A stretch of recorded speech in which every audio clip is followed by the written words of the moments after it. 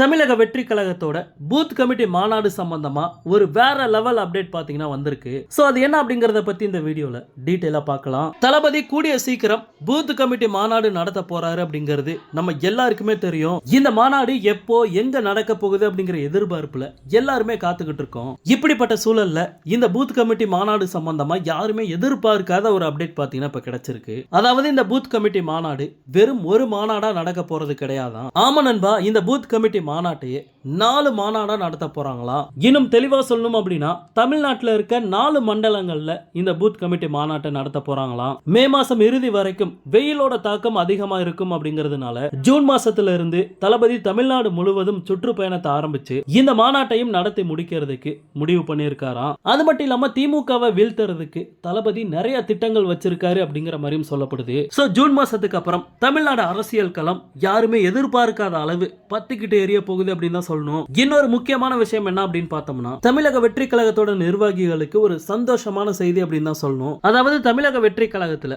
பதவிகளை அதிகப்படுத்த போறாங்க அப்படிங்கிற மாதிரி ஒரு அப்டேட் பாத்தீங்கன்னா வந்திருக்கு. இதுக்கு முன்னாடி செயலாளர், இணை செயலாளர், பொருளாளர், துணை செயலாளர் 2 பேர் அப்படிங்கிற மாதிரி தான் போஸ்டிங் கொடுத்திருந்தாங்க. இப்போ இன்னும் 2 போஸ்டிங் அதிகப்படுத்த போறாங்க அப்படிங்கிற மாதிரி ஒரு அப்டேட் பாத்தீங்கன்னா கிடைச்சிருக்கு. இது வந்து தமிழக வெற்றி கழகத்தோட நிர்வாகிகளுக்கு கண்டிப்பா சந்தோஷத்தை கொடுத்திருக்கும். ஓகே நண்பா, இந்த நியூஸ் பத்தி உங்களுடைய கருத்து என்ன அப்படிங்கறத கமெண்ட்ல சொல்லுங்க. இந்த மாதிரி தளபதியோட எல்லா அப்டேட்டுமே மிஸ் பண்ணாம பார்க்க நம்ம சேனலை சப்ஸ்கிரைப் பண்ணி சப்போர்ட் பண்ணுங்க. தேங்க்யூ.